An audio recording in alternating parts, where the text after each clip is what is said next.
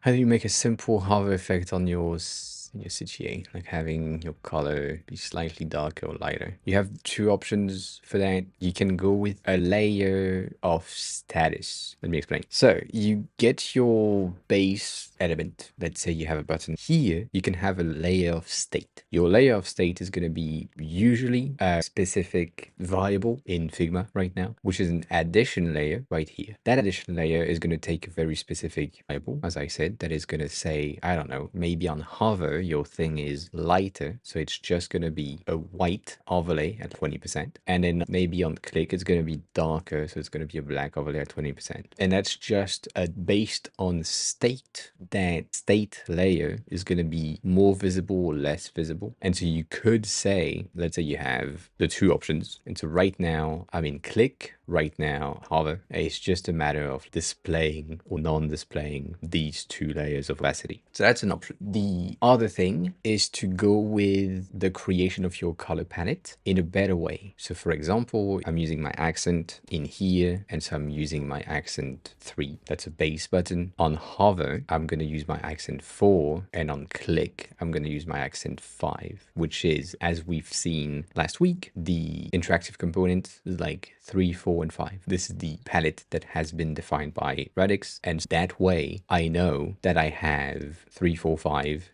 as my interactive components, and that's about it. You could also go the other way around, saying that this is your default, hover, clicked, just not really give a shit. As long as it have 3 different distinctive color schemes, you could. And so one of your questions could be after that, how do I define these colors if I'm not using a palette generator type of thing? You have 2 options. You can either brighten your component or darken your component, light, darken, whatever. In order to achieve that, let's say I'm not using the accent color. So let's unplug that. Let's use my regular color right here. And I want to go lighter. I will then go in my color. Instead of being in Xcode, I'm going to be in HSL for lightness. I am in a lightness of 50. I will just bump that to 60 on hover, and maybe on click, I'm going to have my lightness at 80. And that's my on click thing. I could go the other way around, which is if I just want to be going darker, I'm going to get that with a 40 on hover and a 30 on click. I have my palette. This is the easiest way of doing it because you only have 3 states. You have default, hover, pressed,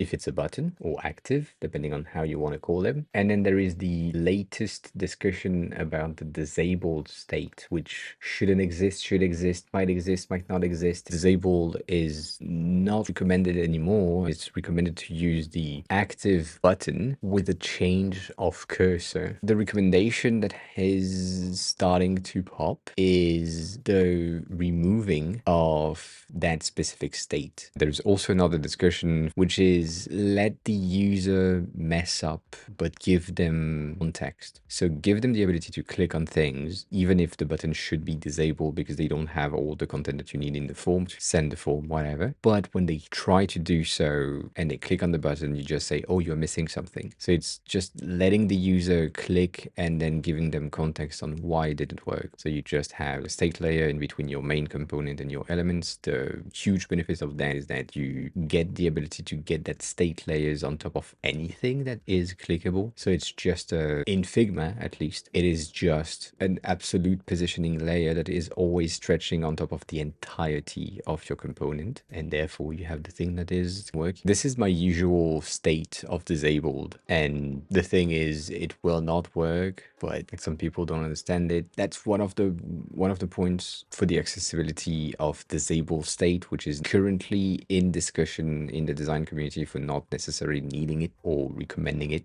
is using this cursor specifically on top of your button. So you have the pointer that you have that is then changing and telling you, oh, you can't click there. But when you do just that, the user might not understand why they can't click And so the discussion steered into, if they can't really understand why it's disabled, then we need to let them click in order to tell them exactly what they are missing or where there is an issue. Like maybe they have filled a form entirely and they missed one row of thing. And so when they're looking at the thing, it looks like everything is filled and it's fine. There is no error state. Whereas like the button at the bottom would be like, we can't click there. So you need to let the user click on the button and then you scroll them up and say, oh, you're missing this section. Like the easiest way that I used to do my disable buttons was to put the things at 24% opacity. So you can't really see it. If you're like here and let's say on this thing, you wouldn't be able to click the send button. If it's just a 24% opacity, it's there, but it's not really visible. And if you have low vision, you miss it. Weird question. Nonetheless, how the fuck do I animate and prototype in between my states, which was your second question? Like that, while hovering, you go there. While pressing, you go there. That's it. That's about it.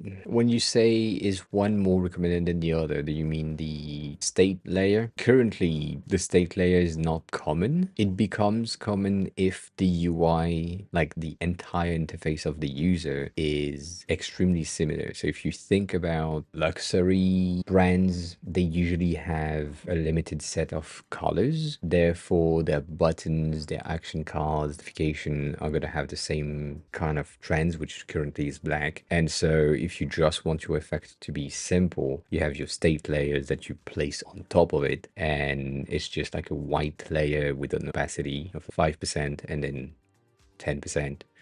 And that raises the element a bit and enough on that environment. But if you have an app that is a bit more complex with a greater variety of colors, you will have issues with that state layers. With that in mind, it depends on you, depends on what you want to do. And it depends on the product specifically. If the product is complex, like here we have a gradient from light to transparent, and here it's the same gradient but reversed into black into transparent to get the effect of convex concave buttons. It is still a layer that is on top of the main color, but it's not as simple as a layer because it is a gradient that is not visible. As soon as I have the ability to get viable inside of a gradient, it's going to be a state layer. Does that answer your question? As you can probably tell here, I removed the disable state from my set of components because I agree with some of the points that have been made in that discussion, meaning some of the thing that I was saying was if you use transparency